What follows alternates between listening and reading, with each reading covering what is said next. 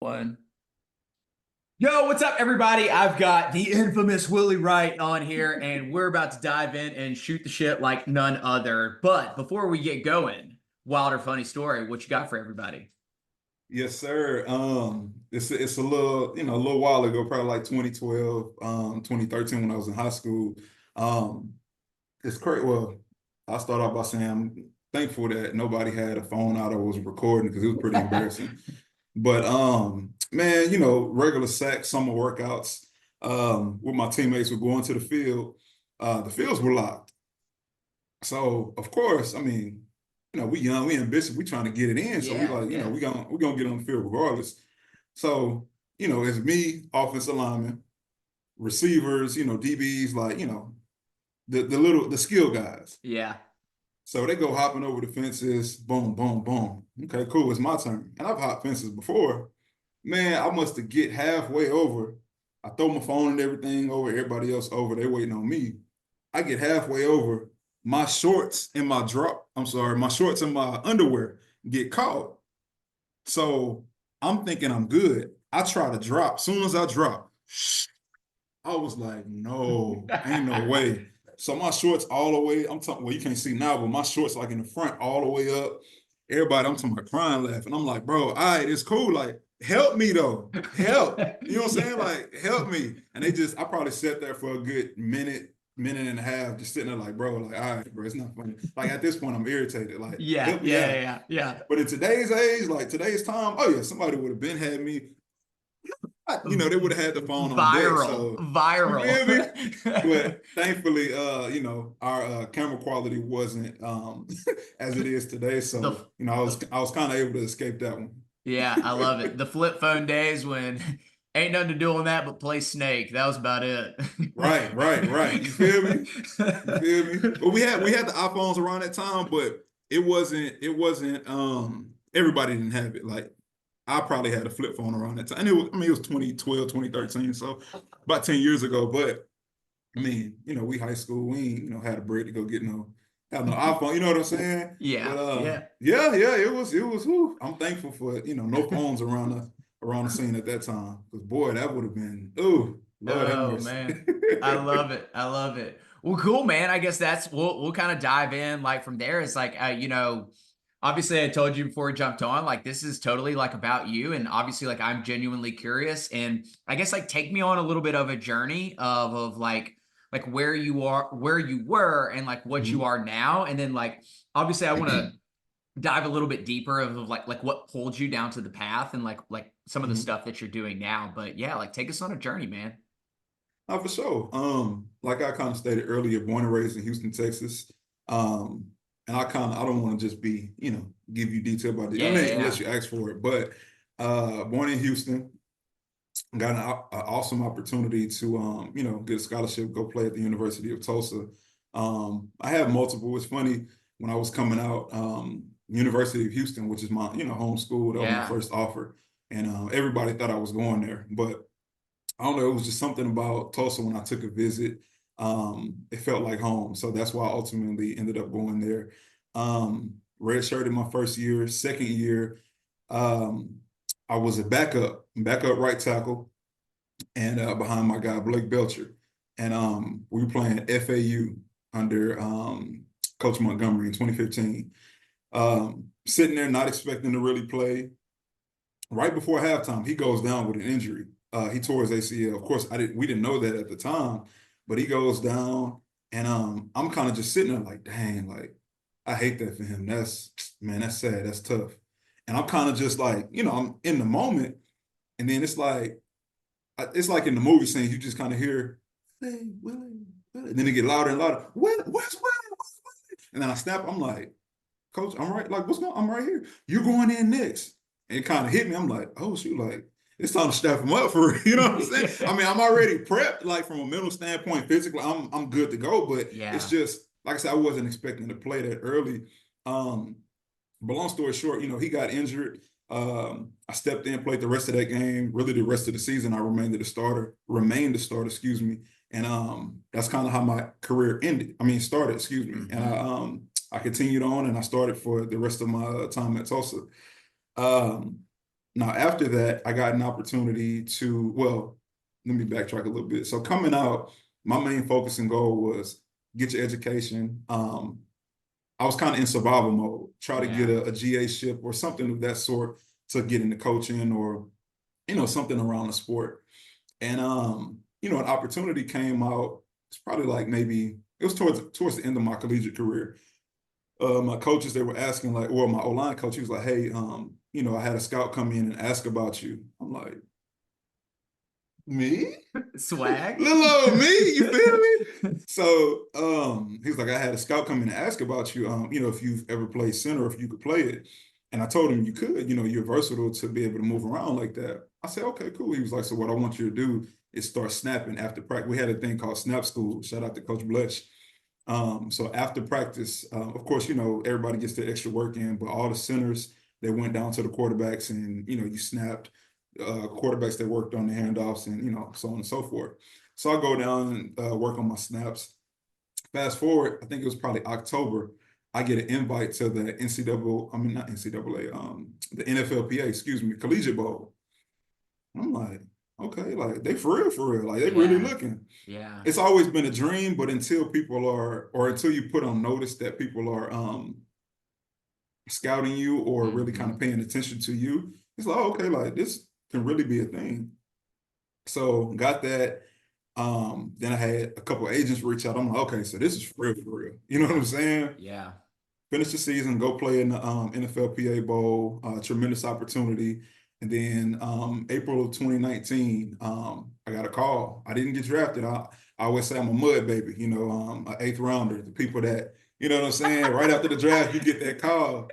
So I'm stealing I, that. That's you know what legendary. I'm Yeah. saying? I'll And give you credit. I'm giving you credit, but I'm totally look, stealing that. Yeah. Yeah. now I call myself a mud baby, but the eighth rounder part, I got that from Arthur Smith in Atlanta, the second head coach that I had in Atlanta. I heard him say that. I was like, they got a nice little ring to it. I like that. I'm gonna have to go ahead and use that.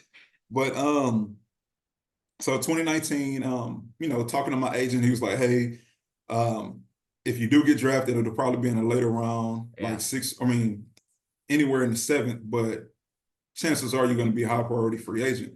Like, okay, cool. Like, as long as I get a shot opportunity, that's all I can really ask for. Totally. Um, Towards the end of the draft, I got a couple calls, kind of, how the process goes with everyone. And then I think it was Atlanta that called, Indy, um, Cleveland, and a couple other teams. And I had already had top 30 visits to a few of those organizations. So ultimately, I ended up choosing Cleveland. It felt like the best fit, the best opportunity for me to get a legitimate shot and chance, and to also get coached and groomed by who I thought or who I think is one of the best in the game, Coach James Kemper. So ended up going to Cleveland for a year and a half. My first year, I was on a practice squad. And I kind of bounced around when I was in the league. I was never a starter. I never played in the game. I was active one game, and that was COVID year. Um, but back in Cleveland, I was on the practice squad the whole year, trying to prep and get myself ready to play. That never happened. After that year, staff get fired. I'm like, Lord have mercy. Yeah. I can't catch a break. I mean, and kind of knowing the politics of, and I don't really like to blame stuff on politics, but knowing how um, things work in the league, it's a business at the end of the day. So, 100%. I'm already thinking whenever whoever they hire, excuse me, which it was Kevin Stefanski, I already know that they're going to bring their own guys in. I just don't like. Yes, it's a fresh start, but also these are hand-picked people. You know what I mean? So Right. it's tough whenever you're kind of going into a uphill battle. Like I said, no excuse though. I mean, you still have to do your part. So go in. It was COVID year when they came in. I go in to training camp and I get released after we didn't have preseason games after the last practice. Get released the very next day. Boom, get a call from my agent. We going to Atlanta. I say, thank God. Shout out to you, God. I owe you one. You know what I'm saying? So I go to Atlanta, signed to the practice squad. Again, I was on the practice squad the whole year, except for one game. I got elevated. I didn't play. It's funny because the coach, Raheem Morris, he was excuse me, when I went in, it was a DQ, Dan Quinn. Uh-huh. He got fired halfway through the season, and then Raheem Morris was the interim head coach. So the game that I got elevated, it's funny because he probably don't remember me, but I love that dude. He's so real and he's very charismatic. He's hilarious. But I got a call the morning when we flew to LA for the game. I kind of had a feeling that I would get elevated because of the COVID situation. But got a call from my O-line coach. Hey, just want to congratulate you. You're gonna get elevated today. I'm like, appreciate that, coach. Fast forward, we get to walkthrough. It was the day before the game. We get to walkthrough, looking around in the stadium, and I'm sitting next to who was I? I was next to it was one player. I can't think of the name right now, but I was next to a player and Kevin Winston, who was the my player engagement director in Atlanta. He's in Carolina now. So I was next to them. Raheem comes up and he was like, "Hey, so you probably already heard, but we're gonna elevate you. We're gonna elevate you tomorrow." I was like, "Okay," and I'm keeping a calm, cool face, like, "Yes, sir." He was like, "So here's the deal. Um, you're probably not gonna play. Matter of fact, you're not gonna play. But be ready because this is what needs to happen for you to play. So such and such, if he goes down, we'll move such and such to right tackle. Okay. If he goes down, then we'll bring such and such from off the bench, put him in. He'll be already dressed. He'll go in. If such and such gets hurt, then we'll move him from guard to. I'm like, Jesus God, Christ. just tell me I ain't playing. You know what I'm saying? Yeah. And then he finished it off with he was like, but if he goes down, you might have a shot. I'm Yeah. like, okay. And I'm laughing in my head. I'm not laughing in his face. I'm laughing in my head. I'm like, okay. He's like, but if he goes down right here, like him, you might have a shot. But I mean, that was just a cool experience to kind of be a part of, like dressing up on game day outside of the Totally. preseason. So after that season, that staff gets fired. Again, just my luck. New staff comes in under Arthur Smith. He was the offensive coordinator in Tennessee. I had him for OTAs and camp. So this was 2021. I go through our OTAs and everything, battling and competing. We come back for training camp. I get COVID. Not just a false part. Like I get real COVID. Like I Yeah. lose Like my feel like taste, shit. smell. Yeah. Yeah, felt terrible. Like I got the chills and everything. I lose like 10 pounds. I go from 300, 305 to 292. I'm like, oh, I'm weak, all of that. So I missed probably like 10 days of evaluation. That's big for a guy that's, undrafted guy. Right. So I ended up coming back. I played probably like a quarter in the first preseason game because I had to get my win back. Played like a quarter against Tennessee. Second game, we go down to Miami, played in that game, probably like the second half. And then I got released or got cut after that game. And I knew it was coming just because you can kind of figure out whenever your reps are kind of decreasing or you're like, hey coach, is it time for me to go in and practice? And he's like, no, but stay by me just in case. Oh, okay, I'm already up on game. I already know, you know what I mean? Yeah. Yeah. I've Yeah. accepted it, but I'm gonna play the role and I'm gonna play my part. So fast forward, I get cut. I was a free agent the rest of 2021. And then the top of 22, February, I signed with Chicago. Signed with the Bears, what you call it? A futures deal. So I go throughout, and the connection is the O-line coach that I had, and his name is Chris Morgan. We call him Simo. That I had in Atlanta. He was now the O-line coach Yeah. Yeah. in Chicago. So I'm not saying he had a hand in getting me there, but it might have helped. If my name came Totally. across his desk, he was like, "Oh yeah, I know this guy." So I go to Chicago, go throughout OTAs, mandatory minicamp, all of that, all of the off-season stuff. Cool. Go back home, prepping for camp. Everything all smooth. I come back on report day. I go in the lunchroom. I came back, I think I came back a little early, so I stayed with one of my teammates, Lucas Patrick, and him and his wife for a couple of days until we can move into the hotel for camp. On report day, I don't even think I weighed in yet. I go to the breakfast room, having breakfast, kicking with everybody. Hey, what's up? Well, you all right? You all right? You gonna make weight? Okay, cool. Just chopping it up with everybody. So we having a good time, and I get a call, and I'm not new to this. I'm not new to this at all. So when I see a number that's just foreign, or like I know it's spam, but in the setting I was in, I had that feeling. Yeah. So I get the call. I'm like, huh?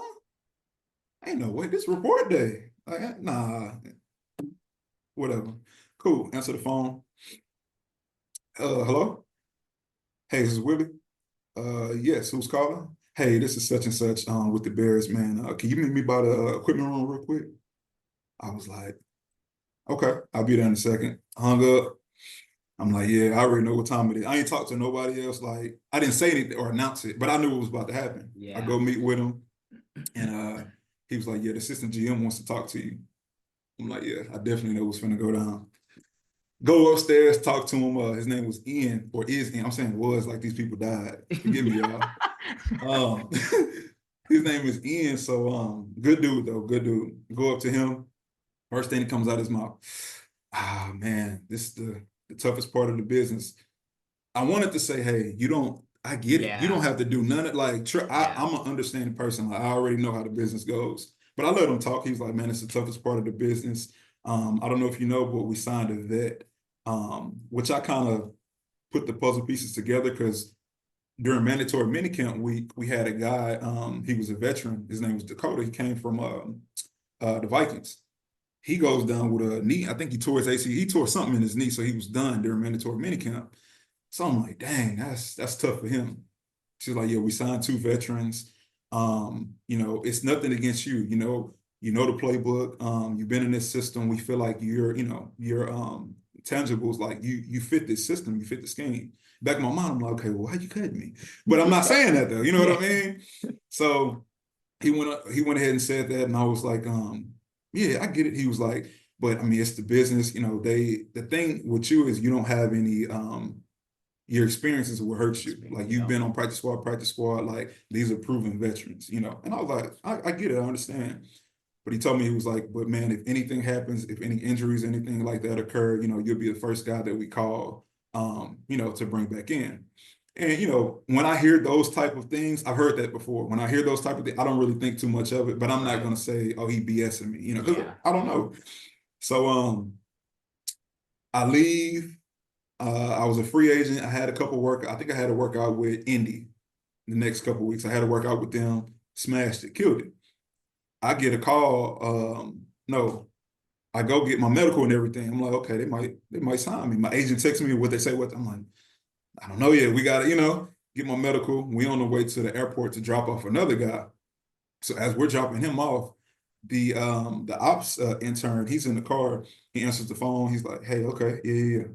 All right, so like, what do you want me to say? As soon as he say, what do you want me to say, or what do you want me to tell him? I was like, okay, yeah, I'm finna go ahead and be, at the airport with the guy that we dropping off. He's like, okay, what do you want me to say? Like, he's like, okay, got you. Okay, cool.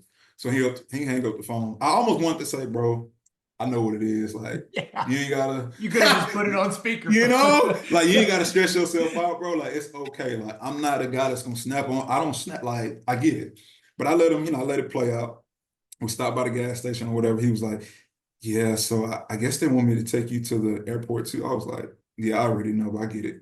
He was like, man, I'm sorry, man. I was like, bro, you good? Sure. I always like for people to be comfortable, and I don't want you to be tense and what is he gonna say? Like, how is he gonna fit? Bro, don't worry about me. I get it. Yeah. It's a Yeah. business. So that happens. Following week, I go to Tennessee for a workout. Kill a workout is between me and another guy, and I make the 90 man. So I was with them all the camp, and then after the last preseason game, I got cut. Uh, all my other times I've gotten cut, it was a call. But Tennessee is funny, like they would shuttle people back and forth to the hotel, to the facility. So that day, it was a scheduled practice. That morning, I ain't getting no call or nothing. I'm like, okay, like I'm not gonna think I automatically made the team, but I'm gonna do my daily routine. So I called the guy like, hey, I'm ready, for pickup, what I'm saying, to go to the facility if whenever you're ready. Get a call by 10 or a text by 10 minutes later. Oh, okay, cool. I'm on the way. Cool.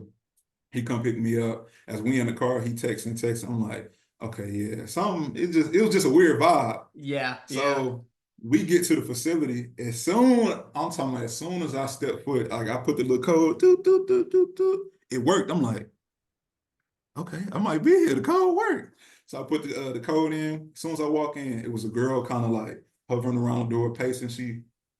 Oh, hey, Willie. I was like, hey, yeah, good morning. How you doing? She's like, hey, I gotta take you to see J Rob, which is the GM at the time. Oh, okay, cool, cool, cool, cool, cool. So I'm, keeping it cool, but I know what's going on. Go see J Rob, him and Braves. And we have a talk and everything. Like, yeah, we're not gonna sign you to the practice squad. Keep working, keep grinding, you did your thing. I appreciate you, appreciate the opportunity. The regular cut story. Yeah. Get cut. Fast forward to December of 22, I get a call from the Raiders. Um, I think they had an injury, two injuries. So I get signed to their practice squad. I was there for 2 weeks. So I got cut after that. Fast forward, they had talked about bringing me back on a futures deal because the situation with that, like when I got there, guys were getting healthy. I just got there. I'm still learning the playbook. So of course, they're not gonna, oh, we're gonna scrap him. No, they're gonna bring him back, who's been, in the system the whole time. And they're gonna, I'm fresh in the building, they're gonna get rid of me, which I got that. So anyway, I'm thinking, talking to my agent, like, man, I had gotten drafted in the XFL. Should I go to the XFL or should I, continue trying? Because by this time it's been practice squad practice. I have no active film, no updated resume. All they know is Willie Wright, what he's done on the practice field. Right.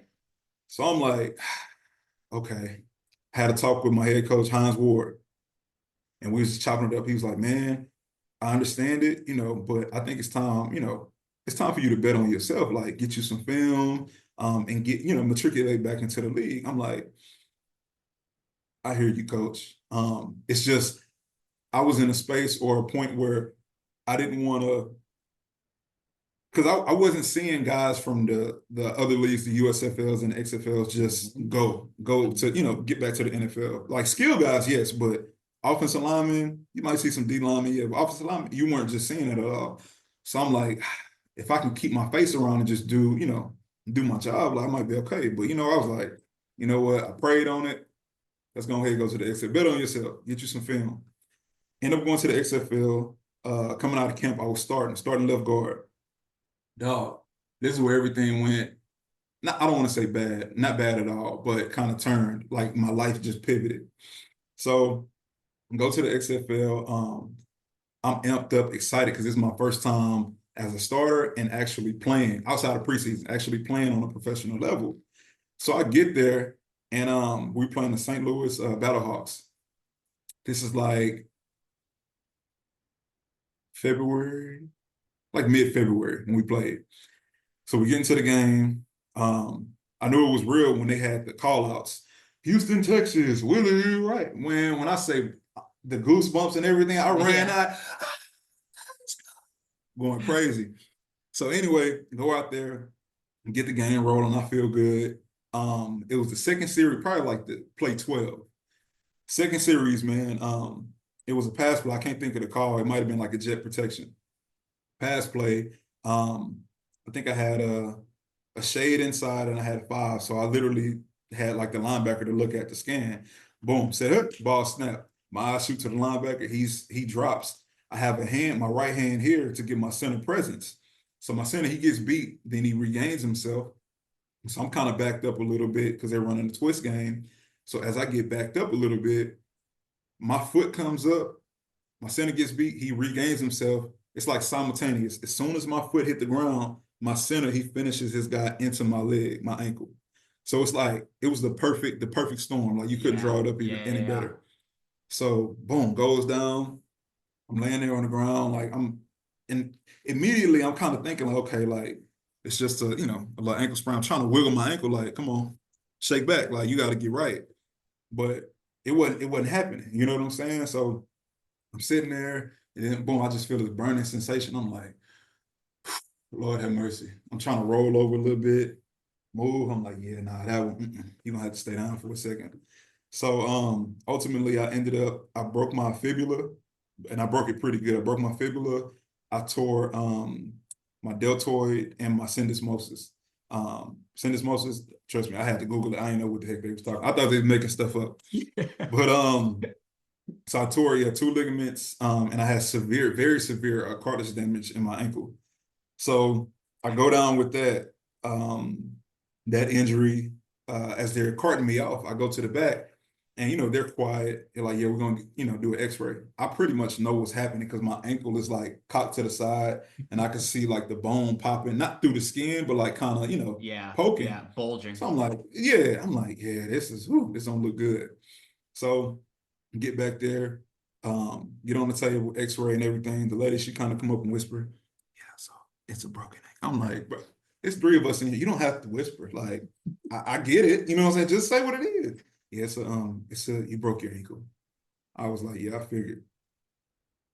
But my thing was, I was like, somebody give me my phone because I know how worrisome my mom is. So please give me my phone so I can just text her or call her like, hey mom, I'm good. Like, don't worry about it. But yeah, so after that, fast forward, had a surgery, going to rehab.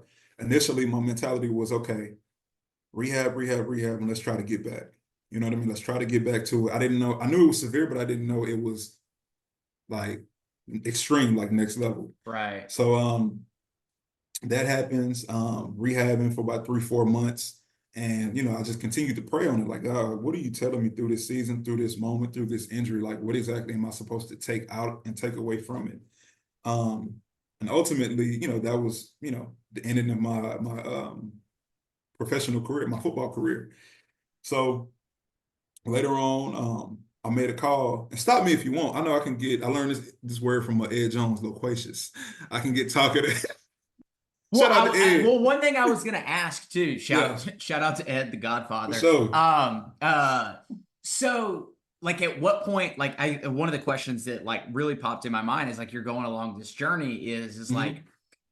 like NFL was a thing, but it wasn't a thing. Like professional like football like was a thing, but it wasn't a thing at the same time, right? It's like you kind of like had like this vision of you, and so it's like when it actually became somewhat of a reality, i.e., people were taking notice of you, agents are calling you, you're like, okay, like I'll see what this path is all about, kind of type thing. Hmm. But it wasn't like, how like there's some people, it's like do or die. It's like all or nothing. It's like why they go to college, right? It's the only thing. It's like if I don't go Hmm. to the league, then like my life is a failure, almost kind of like mentality. And so like Hmm. at what point in the journey of like all the cuts and the practice squad debating the XFL, the injury happens? Is it Hmm. like maybe I'm supposed to be on a different path? Like Hmm. maybe like yeah, like I played this out.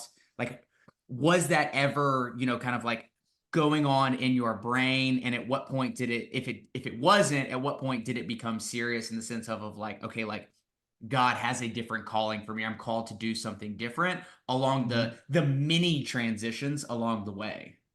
Right. I've always felt that football was, a platform, for me to be able to, glorify God's name, you know what I mean, and spread the gospel. So I always knew that I had a higher calling on my life.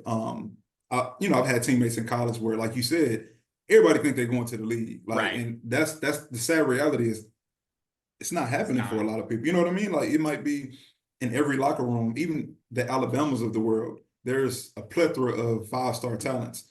How many people have they had drafted? I mean, this past year is probably, a good amount, but even if it's that senior class, it might be 2 or 3 guys, you know what I mean, that get drafted or get an opportunity. So I always knew that I had a higher calling on my life, but ever since I entered with the way I grew up, my whole mentality was, of course, like you get to the league, that's always been the goal, the dream. Like I've Right. always, strive for it, of course. I feel like kind of everybody does, but and my hunger has been for that. But at the same time, I'm understanding that the league is way like you really got to do some crazy stuff to reach that, that level, the pinnacle of the sport. You know what I mean? So my focus was, do what you can, do Yeah. come in, grind every day, lift the weights, do the running, master your craft, the 10,000 hour rule, all of that, like do all of the things to get there. But at the same time, you got to know that it's a slim chance. You know Right. what I mean? If you get an opportunity, okay, take off with it. But it's a slim chance. So don't just put all of your eggs in one basket. You know what I Mhm. mean? That's why I think that a lot of athletes today, or really even when I was in school, like a lot of athletes struggle. Coming from Tulsa, 9 times out of 10, you're not gonna get. We had we had some rare talents, that Right. came out, a couple first round picks that one got drafted to the Cowboys and another to Zayvon Collins to the Arizona Cardinals, but it's not that likely. You know what I mean? Yeah. So yeah, I've always, since I was younger, like I say, in high school, even in college, like coming out of high school, my mentality was, okay, we're gonna go to college, get this degree. You know what I mean? That's the number one. My mom, she used to always preach education to all of us, whether that was, get you some good street smarts or not, but get you a little bit of street smarts, but also, make sure you're good in the books Right. to a certain degree. But I know I kind of went this way and that way. Did I kind of answer your question? Yeah. And so Get like me I get me guess back on track now, too if you need to. no. Like even with kind of because you're getting into I just call it like the mentorship game, right? Like you're Mhm. getting into like helping people navigate these waters of Right. like the transition from college to pro or when you get to the pros of just like helping people understand these things. And shout out, like literally this morning, I had a conversation. I'll give her credit for it. Sam Luce at Alabama, Mhm. like with student athlete development, is I think she like the analogy she gave it was best is because she said is there's a good chance that a lot of these players will go to play professional sports across all sports, not just football. You're talking, Right. and she goes the important part is not having plan A and plan B, but having two parallel plans. And I was like, man, that's like Mhm. genius, right? And I think getting people to Mhm. understand it's like you can have your plan for professional sports, Olympics, like whatever it is, but also Mhm. have the parallel plan of like when it does it or when it does end, right? Because it is Right. going to end, right? Yeah. Like for some people, it may be, Tom Brady's the anomaly, right? Like everybody's like, well, he did it. It's like that's like 1 in a billion, right? Right. Like, and was more obsessed than any of us can even fathom, right? Mhm. It's the Kobe, it's the Tom Brady, it's the Jordan, right? The anomalies like of the era. So how is that has that become like a little bit part of like your messaging with just the people that you're talking to now of like hey, map out plans now too, even if you're in the league, right? Like get Mhm. ready and start mapping things out for when the time Yes. comes. My big thing with athletes is maximize the resources that you have at hand while you're hot or while you're in the situation you're in currently. Um, Going back to college, like I said earlier, I've had several teammates where, they'll graduate and they're kind of just stuck like, man, Tulsa didn't really do much. No, no, no, no, no, no, no, no, no, no, no, Yeah, no. What we're not gonna do is just continue to blame. Could Tulsa have been better in some areas? Yeah, but I mean that's every institution. right. Nobody's perfect. But the same athletes that'll say things like that are, the athletes where after practice or, on an off day or whatever during the season or off season, whatever it is, hey, it's this programming, deal, a guy coming in talking about blah, blah, blah. It's not mandatory, but you guys should come. Boom. Okay. It's me and a couple other people. I'm like, where's Walt? Like, where y'all, you know what I mean? This is a great opportunity for you guys to connect with that person, Yeah, ask, okay, how did you get to where you are? What can I do now as a student athlete? How can I maximize not even, I don't really like saying potential, but how can I maximize the opportunity that I currently have to, set myself up for success, whatever that looks like for me. So every time when guys, man, like, I don't know, like school just, it didn't really do. No, you just didn't take advantage of the right. opportunities that were granted. Same thing at the league level. Like you got guys that'll come in and it's just, tunnel vision. And I get it. At the end of the day, you got to keep the main thing the main thing. You're trying to make the team, practice squad, like you're trying to get on the roster. But I like the idea that you said from the lady from Alabama, like you can be parallel with it as well. Hmm. While you're trying to make the roster, or not even while you're trying, but once you make the roster, okay, cool. Don't just go back to the house and, hop on a video game or just kind of sit inside all day, which that's fine for some days. But whenever they have these community outings and get out to the community, you might mess around and shake the hand of a billionaire. Not saying everything is about money, but you know, you have a brand, and I'm repping the Browns today. You got a brand on your chest. A lot of these people want to talk to you. Just have a 100%. conversation. It might be, hey, how you doing? Hey, such and such. Nice to meet you. So you play for the boom. You ain't gotta say nothing. They see it. That strikes up a conversation.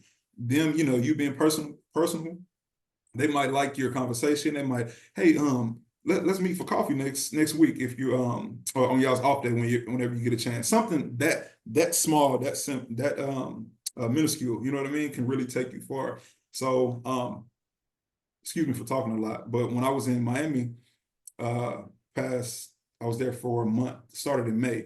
A lot of the rookies that I would talk to, I would say, guys, like, I mean, it was what, maybe 7 draft picks out of a class of 22. Y'all have to figure out ways to maximize each and every opportunity that you have. Like, ball out on the field, of course, but anything that they have outside of that, resources, you have people like Alex, Kayla, who are resources for you. Don't sit there and just, oh, I'm too cool. Okay, you're gonna cool yourself right out the league, and then next thing you Yeah. know, you're gonna try to make a call, and the phone calls they're not gonna be the same. That's one thing people kind of don't realize. Like, once you're in the league, people will drop whatever they do and answer the phone. Hey, what's going on? When you exit, or whether it's injury or whatever the situation is, you try to make that same phone call. It's like, dang, he don't mess with me. No, that's not the case. I mean, he has a whole new class of Rick. He has more people that he has to tend to. That's more, sad to say, but important than you at the time. You know what I Totally. mean?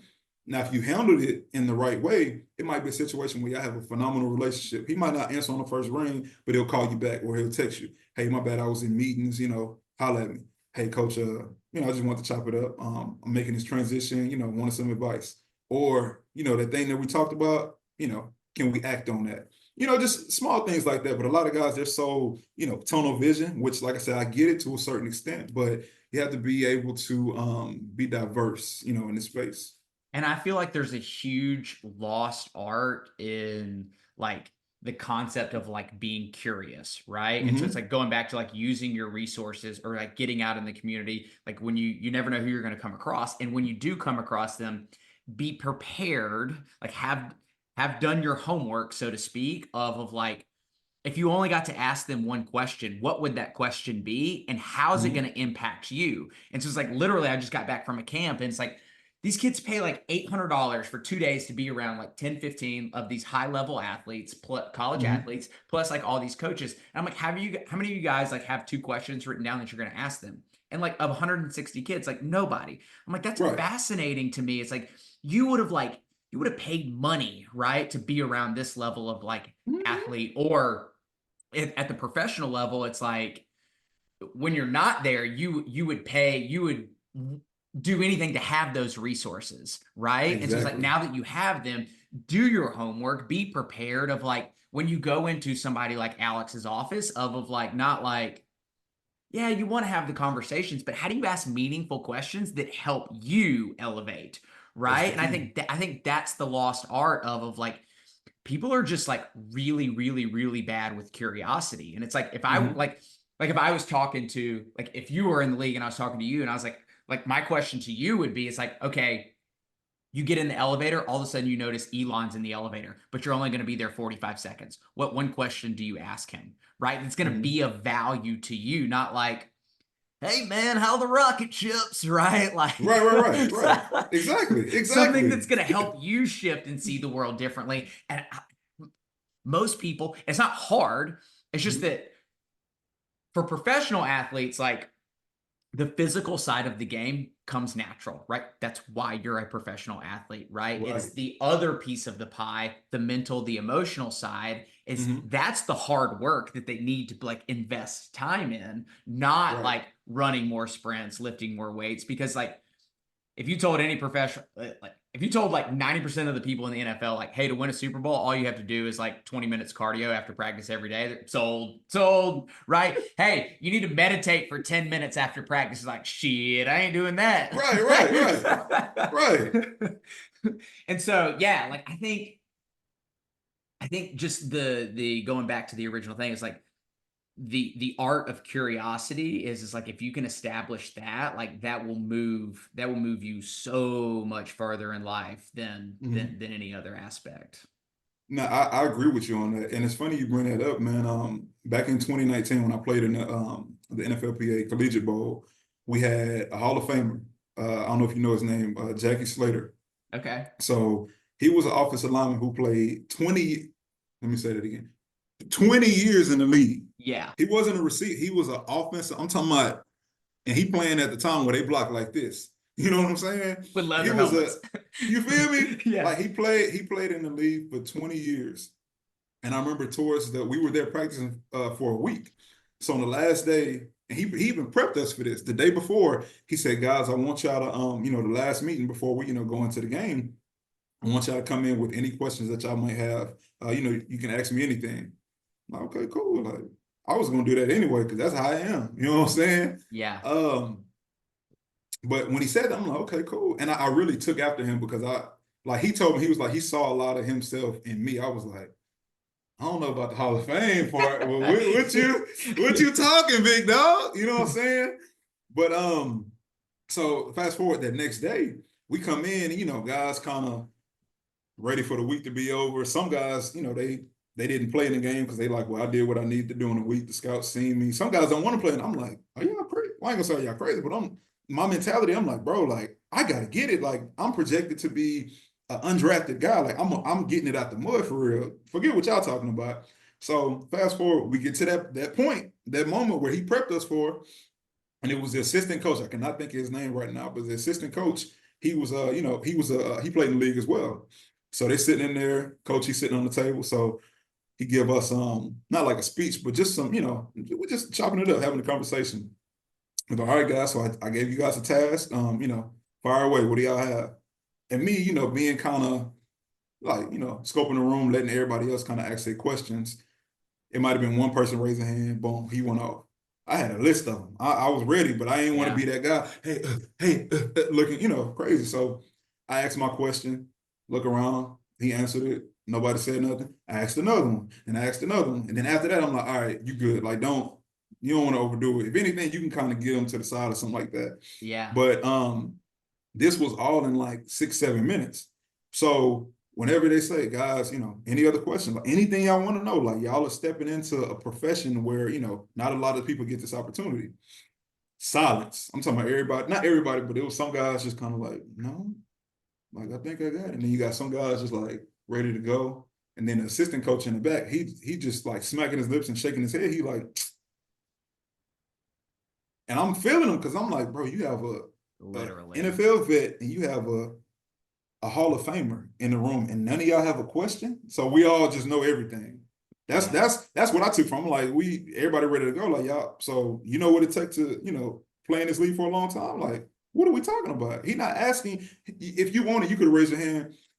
What was the money like back in the day? What was the first big purchase? You could have asked stuff like that. You know what I mean? Yeah. Like he literally was saying, "Ask me anything." So when you said that, that was the first thing that popped in my mind. I'm like, "Oh, like what are we doing? You have an opportunity of a lifetime, and you gonna sit here and just And be too cool for he, school?" yeah, and I guarantee you, he understands that of like why he put it out there, right? Like he is Right, like, I'll be willing to answer any questions because there's extreme power. It's like I can literally turn 20 years into 10 minutes if you're willing mhm, to ask the right question. Actually, the right, camp I was just at, so of 160 kids, mhm, one out of 160 was already committed to play the sport at the next level. Okay. mhm, And just like you is like, so they were in groups. So there was 8 different groups. So none of the other groups like had questions. We just stand there in silence. I was just like, nobody wants to ask me like anything. Okay. right, But the group that this person was in, they were just like firing them off, firing them off, firing them off.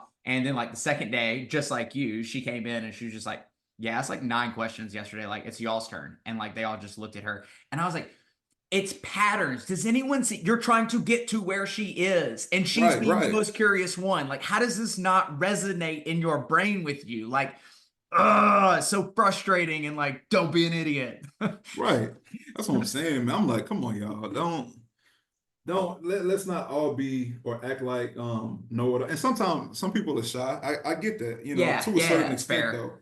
But it's like if you have somebody, that's willing to But you take have their to time out. overcome that fear if you want, Yeah. like, you have to, stealing this from a different coach said on the podcast, it was Mhm. like, he said, Ryan, you can't check the box to break out of the box, right? And so it's like to Mhm. get to the next level, to bust out of the box, to bust out of there, it's like if you're just checking the box of being there, showing up, playing the game, then like Mhm. you're not going to get to the next level, most likely. Right. It's like you have to grow as a person. And for some people, it's asking the question, looking like a fool in front of everybody. Yeah. Yeah. And I've done that. It's been several times where I'm sitting there like, oh, I really want to ask, but I don't want to be that guy. I don't want to seem like that guy. But one of my college team, he's a couple years older than me. Um, I was at a conference, or it was the NCAA Career in Sports Forum back in 2018. So it was my senior year in college. While I was out there, we were on the phone talking. He's like, how you liking it? How's everything going? I'm like, everything's cool. Everything's cool. I'm enjoying it. Connecting with a lot of people. And he was like, whenever you want to connect with somebody, or whenever you're thinking about going to approach somebody, the conversations that make you, your stomach turn inside, he was like, take them. He was like, just approach, like, bro, like you're there for a couple of days. They don't know you, like, Yeah. what they going, I mean, they're there to help you. You know what I mean? They know what they came for. So he was telling me, he was like, the ones where you kind of just feel very, like, it's just, I'm talking about stomach turning, where it's like, I want to say something, but he was like, bro, just do it. Yeah. So I kind of try to take that approach. Even now, like, it's still times where I'm like, that's such a lot. Nah, I don't want to forget it. If I'm Yeah. having this conversation in my mind, like, just do it. You might as well, like Nike. You know what I'm saying? But yeah, man, I think it's important to overcome that in order to because you just never know what can come from a simple conversation from, and it doesn't have to be a big CEO. It can be any. I can learn Right. from anybody. I can learn from somebody walking down the street. You know what I mean? I can learn from a homeless person. I can learn from a person that has a lot, a person that has a little. You know what I mean? I'm not too big to learn from people. You know what I mean? I'm not a naive person to where I'm like, oh, if they not above me, man, they ain't talking about nothing. I'll be a fool. You know what Yeah. I'm saying? Yeah. Yeah. Yeah. Yeah. And yeah, I totally agree. So how'd you end up down in Miami? How's that? How did that become a thing? And like, I guess future pace, what are you trying to do from that experience there? 305. So the power of networking and just connecting, man, and being genuine. So what? Yeah, last year in May, Ed Jones, my guy. It's funny, I got a story about how we met as That was well, going to but be my it's question. not, How'd you? I'm about to say it's not a crazy story. So back in 20, and I'll get back to the Miami, but back in 2021, I want to say, the NFLPA, they didn't have, usually they would have different externships and off-season opportunities for players. So from COVID, they shut all of that down. So everything was virtual. So it was some type of like webinar where they had like people that was interested in working in collegiate athletics. So I joined on, and it was Ed, a guy named Ted. He worked at the University of Virginia, and then it was a couple other professionals in that space. Mhm. So the first thing Ed said, he does his research. I'm on the call. They can't see our face. They just see names popping up. So when it's his time to talk, he was like, I'm sorry, y'all, before I even get started, I see a Willie Wright on here. Is this Willie Wright that went to Cypress Ridge High School? And I couldn't say anything, so I typed. I was like, huh? Who is this? I typed in yes. He was like, before he said it, he was like, if so, he said something, I don't remember verbatim, but it was something along the lines of, Willie, he was a heck of a player in high school. I coached at a local high school, Cy Lakes, and he gave us hell, something like that. He had said. Yeah. Yeah. Yeah. Yeah. I'm like, okay, yeah, what else you got to say? What else, Ed? What else? Everybody hear about Willie. You know what I'm saying? So that was pretty cool. I was like, dang, like you just never know. Like, and like I said, he had to have done his research. Like he probably known who was on the call, or as other people was talking, he probably seen this name look familiar. Let me go see who this is. Oh, that is who it is. Yeah. But so that's kind of how we met. Followed up after that, had a couple conversations, and then we reconnected last year when I got hurt. We had been talking and following each other and all of that. But yeah, when I got hurt, we had chopped it up for a little bit. So with Miami, that stems from last year. Ed hosted the first ever player development virtual conference. So I got on that. It's numerous phenomenal speakers that or panelists that were on the call. So Alex being one of them. So the first night it was like a networking session. So Ed, he kicked it off. He did his talks. Other people talked, and then it was like breakout rooms. So I don't know if I still have the note. I probably do. I don't know where it's at right now, but leading up, Ed would drop, he would drop the names of the people. He would drop like 3 a week. Like, this is we got such and such coming Yeah. in talking about blah blah blah. Such and such coming in talking about this, that, and the third. So each week, every time he drops somebody, okay, cool. I'm a student. Boom. I go get my notepad, my pen, paper, whoever it was. I'm searching them. Everything. Okay. This is Dr. Lacey Carmen Johnson. She is from Beaumont, Texas. Okay, that's a connecting point because I'm from Texas. She 409. She went to Rice University. She ran track. She's a doctor. She got her PhD from North Central University. She's currently with the Toronto Raptors. Like, I'm writing everything down. Okay, boom. Now I go to Alex Martin. Alex Martin currently with the Miami Dolphins, player engagement coordinator at the time. He went to SIU for undergrad and grad. Worked at the University of Miami, and I did that for literally every person. Yeah, So yeah. when it came time to speak to these people and meet them, and I didn't know if I was going to get a chance to have a extended conversation, but when it came time to meet them and know them, I had some type of knowledge about them. I didn't go in like, yeah, so my name is Alex. I went to you went to Southern Illinois, right? I seen that. Yep. He like, Very okay. funny as hell. Then I worked at the university. UM? The Yeah. U, yes, sir. I seen that one too. Like that's not me. You know what I mean? I wanted to do my due diligence to have a background information and not be so naive when they're speaking. Like, they say something, I'm like, dang, I didn't know that. That's I wanted to be prepared. I was listening to a podcast the other day. I wrote it down. Somebody said, 1 second, hold on 1 second, 2 seconds. What the lady said. Where is that? She said intentional ignorance, or it was somebody talking. They said intentional ignorance leads to you showing up differently. So me not even knowing, seeing that, I was intentionally ignorant. You know what I'm saying? So I was coming into the situation. I don't want to come off as a know-it-all. Of course, I want you to tell me what it is that you have done, but also it'd be cool for me to have a couple of connecting points. Like, hey, Doc, if I get a conversation, hey, Doc, you from Beaumont, you right up the street, 409, H-Town Connect, you know what I'm saying? Just to kind of get the ball rolling. And it's all from a genuine place. But Totally. boom, fast forward to Alex. So that night it was a networking session.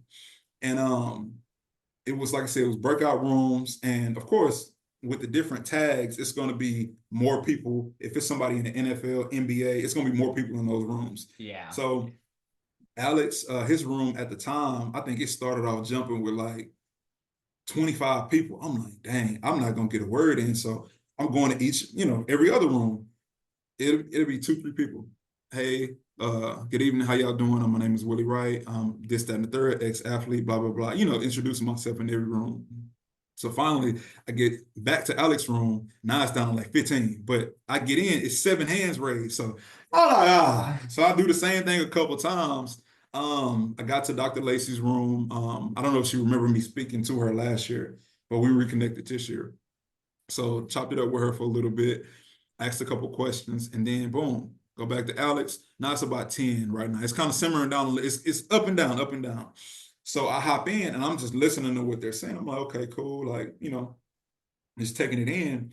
And it's funny because one of the guys that was on there, he low-key kind of threw me an alley-oop. That's what I tell. He kind of threw me an alley-oop. So one of the guys on there, I can't think of his name. He asked me a question. I don't know.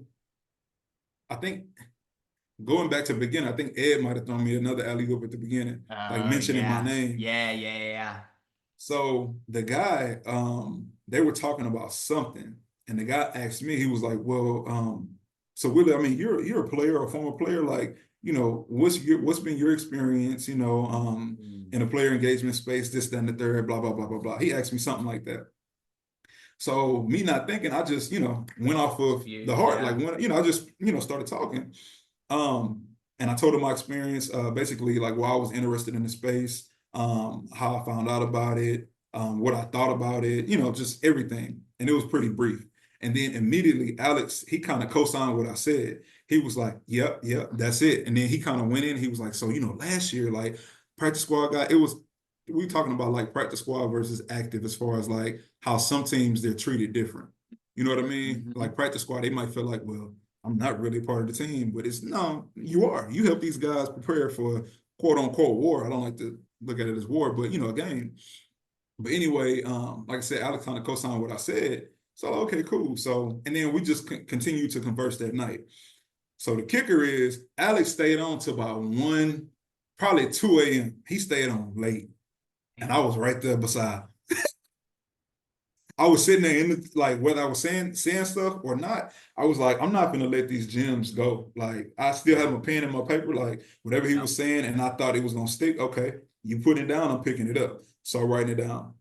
And then Ed, he hopped on a couple times, like, all right, y'all, we gotta let Alex go. And I'm like, I get it. Cool. But I'm gonna still until y'all press end, I'm on here till y'all off. Alex Yeah. was like, Ed, trust me, it's all good. Like I scheduled like the whole night basically. Like it's all good. Like whatever you need. He was like, all right, but hey, y'all, we Alex on the East Coast, we gotta let him go. Like I hear him, but Alex, he's solid for being on that long. So Yeah. anyway, we connected literally the next day.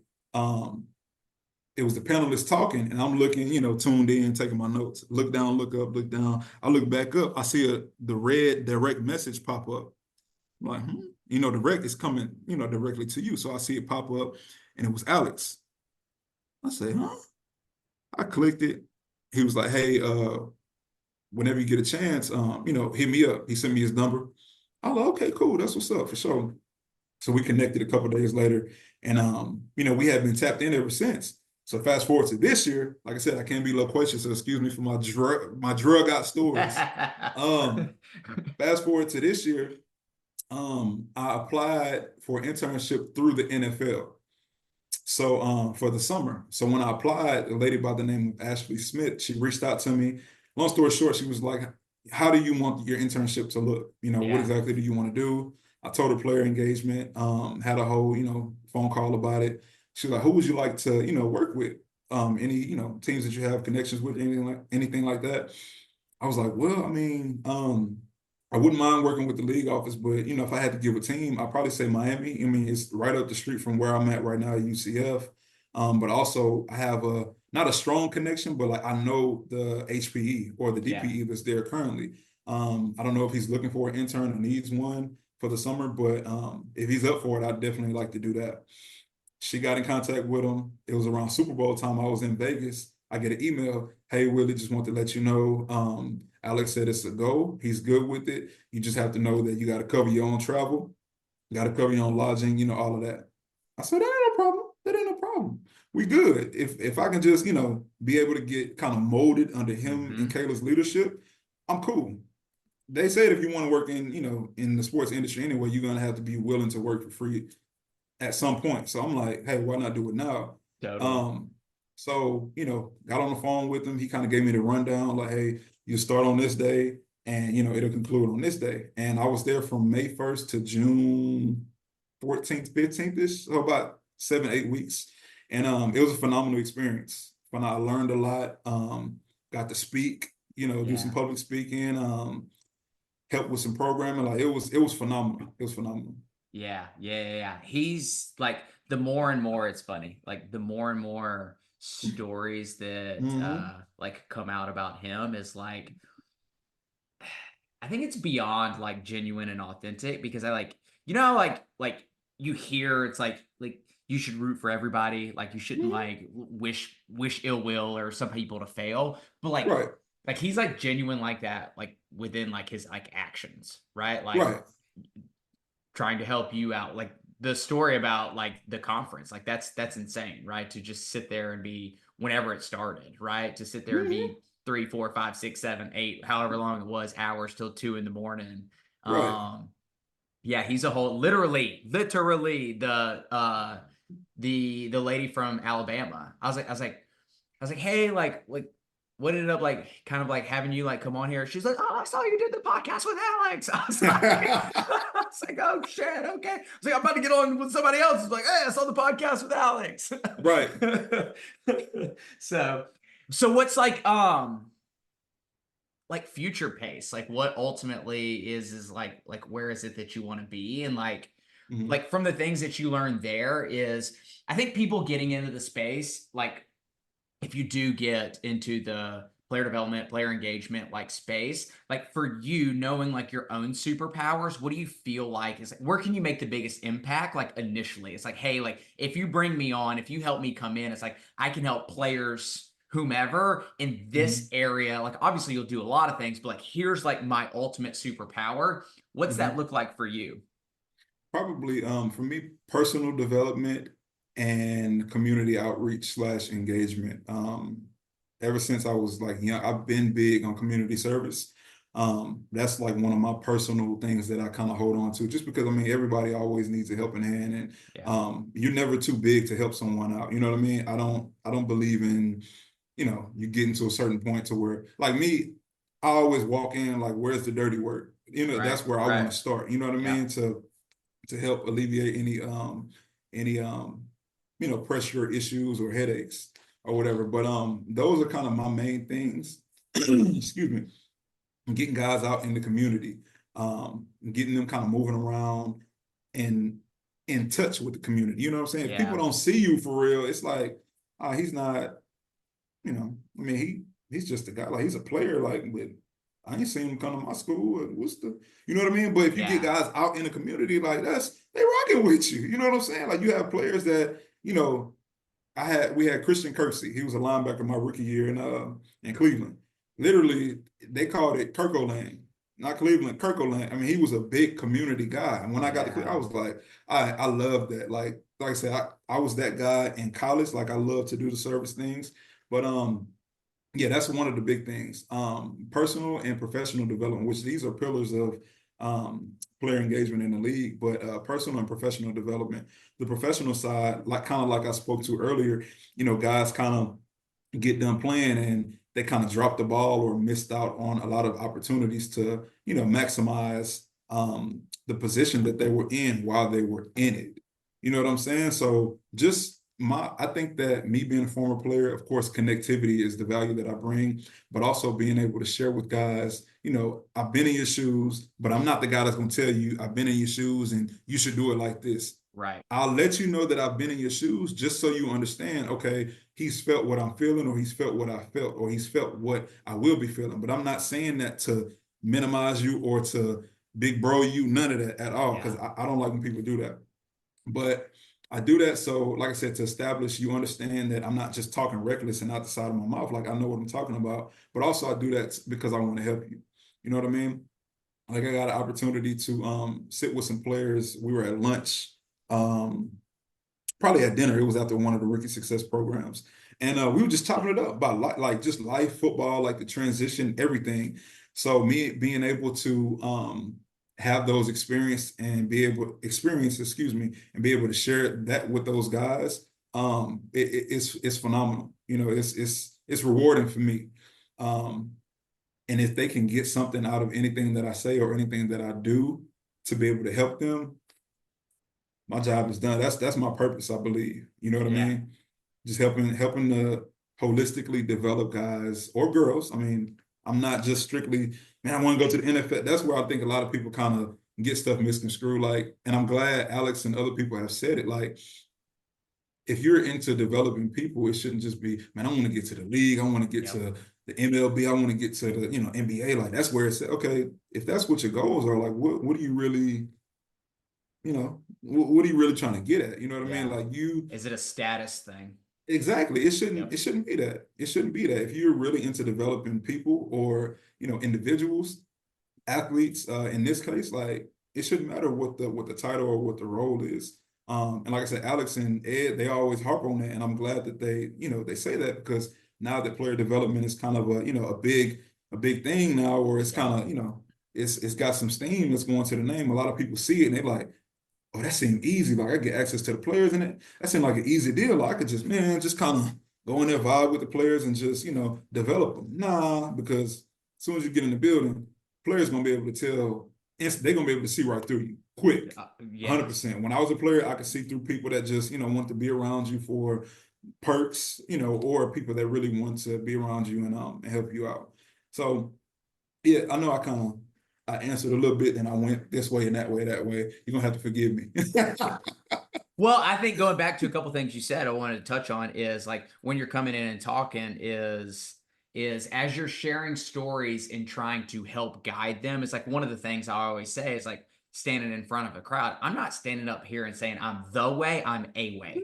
That's it. Right. And like some of you will vibe with it, some of you won't, and like that's okay. But I'm not saying it's like if you don't do this, you will be a failure, right? It's Yeah, like if yeah. you're curious, if you want to grow, like here's some tools and resources that I can give you literally right now that like Hmm. for decades of I've had like decades of success with. So it's just a Hmm. path. There's multiple different paths out there. And then I think going back to like, yeah, I do think there's a lot of like, well, one, we actually do make decisions based off of like status and not necessarily like we think about like, will this hurt or harm like our Hmm. status in the sense of Right. like the people that we hang around or like whatever. But I think it's important like you can show that like I'll give you an example for you is you can show the authenticity because it's like like if you went into the Dolphins room and they're just like, yeah, dude, we get what you're trying to do, and it's like, I'm actually losing money being here. Like I'm actually Hmm. like I genuinely want to learn from your leader. Like I want to become more like him because like he has so much knowledge and wisdom. It's like I'm literally borderline like paying to be here Yeah. so that I can be around him. It's like, oh, okay. Like that actually like, makes a little bit more sense of not like, hey, how can I make a little bit of money so that I can hang around you guys? And I think Right. that shows that, I'm paying to live here, right? I'm paying for my travel to be here. Hmm. I think back to of like the very first team that I ever and still have like get to be around to this day is a Division 2 team. And they always Hmm. joke and they always laugh and they're like, all right, like you're getting more and more like popular. I'm like, I would never, like, I genuinely will never forget you. Right. I'll probably do more for you than anybody else because you gave me something when I had nothing, when I had Hmm. no proof, when I had no evidence. Like, you literally took a shot on me. And it's like, I will always, always reward that. And so it's Hmm. like they feel that like genuineness and authenticity. Like you said, it's like Hmm. people can read through it. And I think the more that they uncover about, you know, paying to be there, or like, whatever it is that shows like, oh, like he actually really does care. He bought a flight to come eat lunch with us. Right. Yeah. And that stuff is rewarding, I feel like. You know what I mean? People sleep on those opportunities. And not just, I don't want to frame it as just an opportunity, but people sleep on those times where you get to pour into other people at, whatever level it is. Like you might mess around and go to, like it was from the conference this year. I cannot think of the man's name. Please forgive me. He's at a D3 school in, I forgot the city and state, but he's basically like the first player development, guy at that level. And he's enjoying it. You know what I'm saying? Like Yeah, that yeah. those situations can be rewarding if you're really, in it to develop and help people out, along their journey. So yeah, I man, anybody that's especially at that level with limited resources, like that really forces you to kind of get in your bag. You know what I'm saying? And be resourceful and utilize what you have around you because you don't have the access that the big D1s or the pros have, to help people. So And no, I'm with it, man. I think too is like that's where people will people will take action when it's a win-win for both parties, right? And so what do Hmm. I mean by that is you're literally guiding professional athletes having the conversations to help them see the world differently. So it's a win for them, but it's a win for you because it's super fulfilling that like they can Hmm. go out and achieve more with the advice that you give. And so it's like Hmm. those interactions will happen over and over and over again because like it's not like they're gaining something and you're losing something, right? Right, Like, right, or right. they're losing out and you're gaining something, right? And so it's like, I think that's where like people have to learn to frame things of like, Hmm. how is this a win-win for both of us? And then Right. you can literally get in front of anybody if you want to. You can get in Yeah. front of the Elons or whoever if you can make it a win for him. But if I like type him like, hey man, you got 30 minutes to chat, he's gonna be like, no, I don't actually. Right. Right. Facts. Facts. Facts. Now you're right about that. Well, you're right for So sure. For sure. so yeah, all right, cool. Last question. Mhm. If you were in a stadium with Mhm. 100,000 people and you could Mhm. only leave them with one message, what would your message be? That's a good one. The message that I would leave would be to find a way to add value and serve in any room that you walk in. Always find a way to add value and serve. On the first day of the job, when I talked to Alex and Kayla both, I was like, hey, I want to be the excuse me, I'm about to say that all the way backwards. I want to be the Advil to y'all's headache. Yeah. You know what I mean? Each and every day, if it's a multitude of emails that I have to send, just so you don't have to do that. If it's somebody I need to go meet with, just so you don't have to, whatever it is, I want to be that Advil. As soon as you pop it, ah, I'm Yeah. cool for the day. That's I ain't got to good. worry about it. Like Willie got it under control. He didn't coordinated this. He didn't set that up. All I need to do is press play and we good. You know what I'm saying? Yeah. Not saying take control. That's not what I want to do. Whatever it is that's minute, that's kind of tap dancing on that last nerve you got going on. I want to kick it off. You know what I'm saying? Yep. To where your Yep. nerves is calm, chill. I want to be an asset, not a liability. So the thing that I would leave anyone with is to make sure anytime you walk into a room, building, whatever it is, add value. That can be you walking into a building, you see a piece of trash on the floor. You adding value by picking it up and putting it in the nearest trash can. You know what I mean? You having a conversation with somebody that's maybe going through it. You could possibly be adding value to their life. You know what I'm saying? So that'll be my main thing. Add value and always find a way to serve. Nobody is too big or too little to find a way to serve. Yeah. Yeah. It makes me think of like I I'm not taking credit for this. I don't I just don't genuinely don't remember like where I heard it or read it, but it was like there's always three different types of people in your life. And it's the people that below you have people below you, even with you and above you. And so you have the Mm-hmm. people below you so that you can be the teacher and you can guide them to the way. You have people even with you to keep you motivated and inspired that you're trying to go get the things together. And then you keep people above you that now they can show you the way. They can show you how to see the world differently Mm-hmm. that'll ultimately like help you reach wherever it is that you want to go. So that yeah, it just kind of made me think of that of like just value. There's whether it's below, even or above, there's value that can be added anywhere and Right. everywhere. So No, I agree. I agree. I like that. I like that. I've never heard it put like that. I like that. I might yeah, have to steal that and use that one that's my time. gym for the day. Most Well, definitely. cool, man. I enjoyed it, dude. I appreciate you coming on, and yeah, we'll definitely be staying in contact for sure, man. It's been awesome. No, for sure. I enjoyed it as well, man. I appreciate you reaching out. When I seen it, I was like, okay, I must have made it. Fine. Nah, not like that, not like that. But nah, I definitely appreciate you asking me to be a part of the podcast. I enjoyed it as well, man. Most Awesome, definitely. awesome. Until next time, everybody. Peace.